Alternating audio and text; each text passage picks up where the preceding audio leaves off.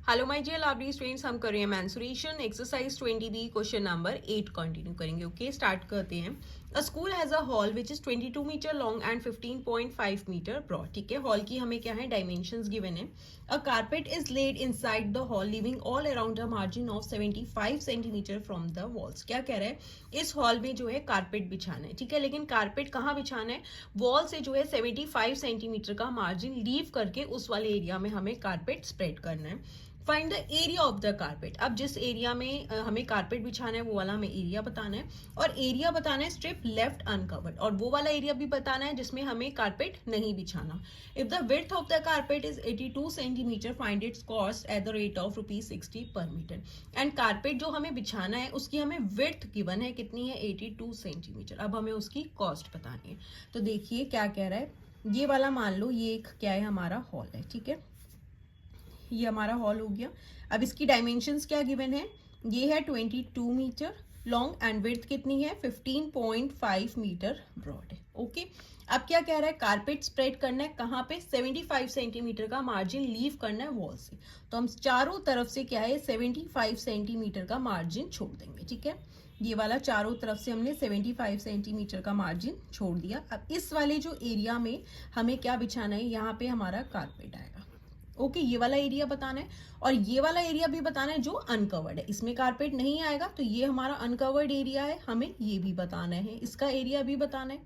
ठीक है, एंड क्या बताना है, उसके बाद हमें कारपेट की कॉस्ट कितनी आएगी वो बतानी है, जो हमें पर मीटर की गिवन है। तो देखिए सबसे पहले नेमिंग कर देते हैं, ABCD, यू गया PQRS।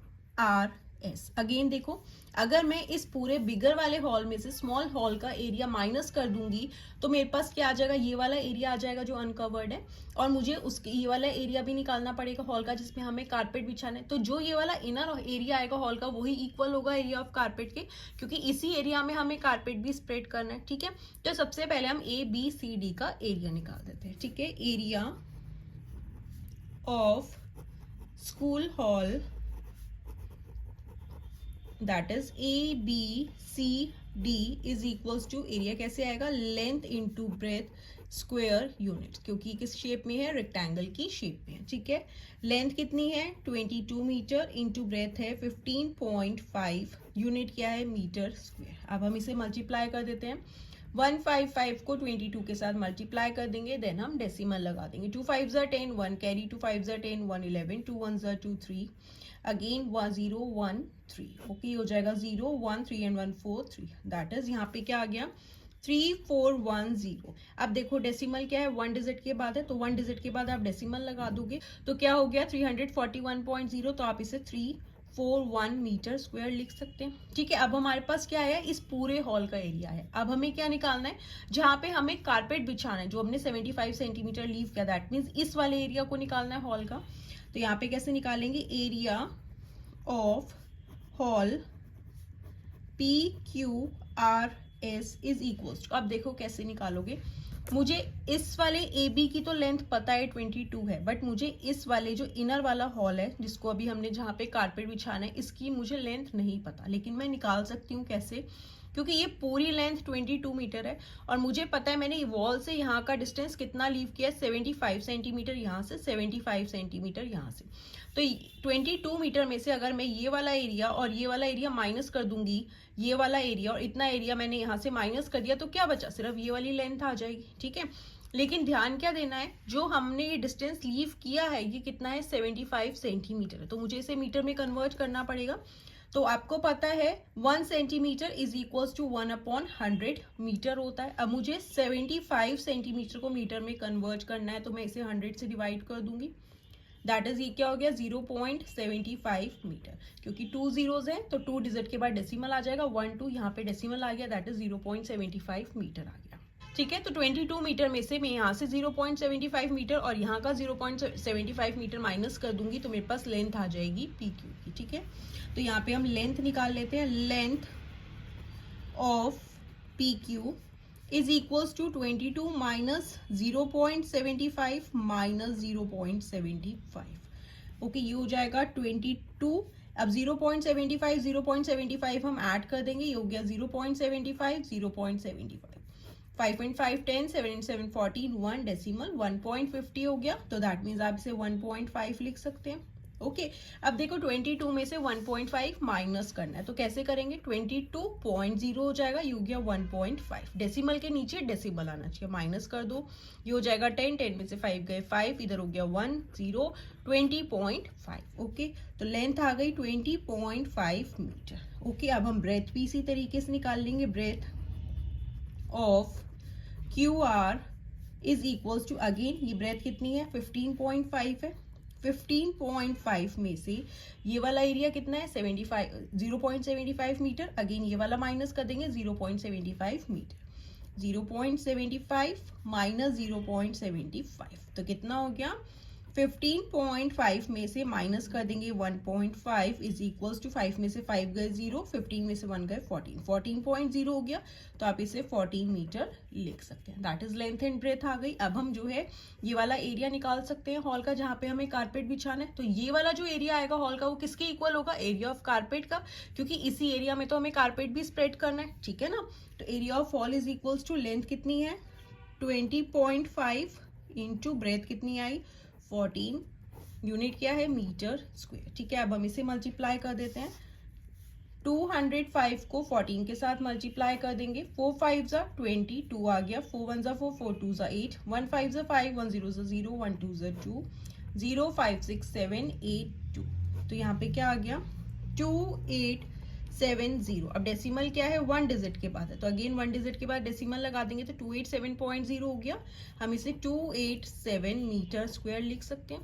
तो ये क्या आया? Area of hall, that is PQRS। ये वाला एरिया आया हॉल का, तो यही एरिया किसके इक्वल होगा? कारपेट के भी इक्वल होगा। तो आप यहाँ लिख देंगे area of hall PQRS is equals to area of carpet. Same ही एरिया में कारपेट बिछाना है, तो आप यहाँ लिख देंगे hence area of carpet is equals to 287 metre square. ठीक है ये तो हमारा ये वाला एरिया आ गया। अब हमें क्या बताना था? ये वाला एरिया भी बताना है जो अनकवर्ड है, जिसमें हमें कारपेट स्प्रेड नहीं करना। तो कैसे करेंगे? अगेन इस पूरे हॉल में से ये वाला हॉल माइनस कर देंगे, तो हमारे पास कौन सा एरिया बच जाएगा? ये वाला अनकवर्ड एरिया बच जाएगा। ओके ओके यहाँ पे हम निकाल लेंगे area left uncovered is equals to area of hall ABCD minus area of hall that is PQRS। ठीक है अब एरिया क्या आया था हॉल का? ये है 341 metre square and area of hall अभी हमने निकाला कितना है? 287 मीटर स्क्वायर। ये हो गया 287 मीटर स्क्वायर। ठीक है अब हम इसे माइनस कर देंगे, हो जाएगा 11, 11 में से 7 गए 4, यहाँ पे हो जाएगा 33, 33 में से 28 माइनस कर देंगे तो बचेगा 5, दैट इज 54 मीटर स्क्वायर। क्या है? ये वाला एरिया है जो अनकवर्ड है। ठीक है ये जो मैंने रेड से शेड किया है, ये वाला एरिया क्या है? अनकवर्ड है। ओके तो ये एरिया कितना आया? 54 मीटर स्क्वायर। अब हमसे क्या बोला गया है कि अब ये वाला जो एरिया है इसमें हमें कारपेट स्प्रेड करना है। ठीक है तो ये जो कारपेट है ना, जो हम इस एरिया में स्प्रेड करेंगे, इसकी हमें ना विड्थ गिवन है कितनी है? 82 सेंटीमीटर है, लेकिन हमें इस कारपेट की ना लेंथ नहीं बताई हुई। ठीक है और कॉस्ट बता रखा है कि ₹60 पर मीटर है। तो हमें जो है इस पूरे कारपेट की जो है, जो हमें इस एरिया में स्प्रेड करना है, उसकी कॉस्ट निकालनी है। तो उसके लिए हमें लेंथ चाहिए होगी, क्योंकि मैंने बताया है जब भी कॉस्ट गिवन है तो आप उसे लेंथ के साथ मल्टीप्लाई करेंगे। ठीक है ना, तो हमें इसके लिए लेंथ निकालनी पड़ेगी। तो लेंथ कैसे निकाल सकते हैं? यहाँ पे हमें क्या गिवन है? Breadth of carpet is equals to 82 centimetre. ठीक है अब ये सेंटीमीटर में मीटर में कन्वर्ट करना है, तो हम क्या करेंगे? 82 को डिवाइड कर देंगे 100 से, तो ये मीटर में कन्वर्ट हो जाएगा, दैट इज 0.82 मीटर हो गई ब्रेथ। ठीक है अब हमें लेंथ निकालनी है एंड हमें क्या पता है? एरिया पता है कारपेट का। Area of carpet is equals to कितना है? 287 मीटर स्क्वायर। ठीक है अभी हमने निकाला था ना एरिया ऑफ हॉल, ये इसी में हमें कारपेट स्प्रेड करना है। अब हम लेंथ इजीली निकाल सकते हैं इससे। एरिया कैसे निकालोगे कारपेट का? अगेन लेंथ इनटू ब्रेथ, क्योंकि रेक्टेंगल की शेप में है, is equals to 287 metre square है। अब लेंथ हमें निकालनी है, इसे एज इट इज रख देते हैं। ब्रेथ कितनी है? 0.82 इज इक्वल्स टू 287।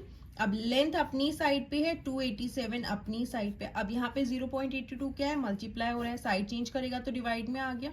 ओके अब डेसिमल रिमूव कर देंगे तो यहाँ पे इंटू 100 हो जाएगा, क्योंकि डेसिमल के बाद 2 डिजिट्स हैं तो 2 जीरोस आ गए। अब हम इसे कैंसिल कर देते हैं, 2 से कर देंगे, 2 4 ज़ा 8, 2 1 ज़ा 2, 2 5 ज़ा 10, 0। ठीक है, अब 7 4 ज़ा 7 1 ज़ा 7, 7 4 ज़ा 20 है, दैट इज 41 को 7 से कैंसिल कर देंगे तो 287 हो जाएगा।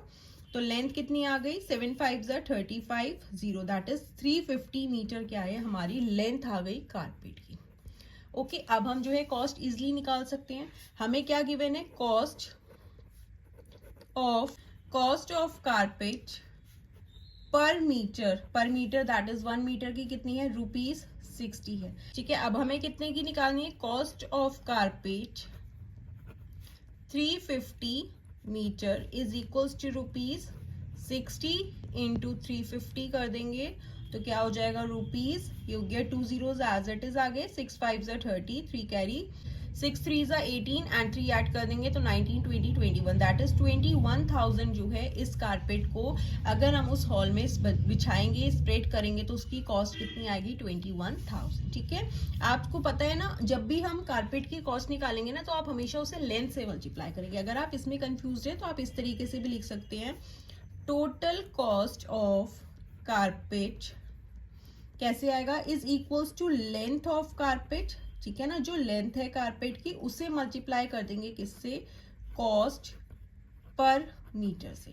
तो लेंथ कितनी है, 350 इंटू कॉस्ट क्या है पर मीटर की, 60। ठीक है, अब आप इसे मल्टीप्लाई कर दोगे तो कॉस्ट आ जाएगी अगेन कितना आ जाएगा, 21,000। हमेशा ध्यान में रखेंगे जब भी कॉस्ट निकालेंगे कारपेट की तो आप उसे लेंथ के साथ ही मल्टीप्लाई करेंगे।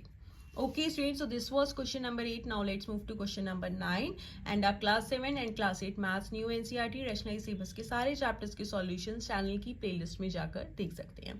And don't forget to like, share, comment and subscribe. Bye bye.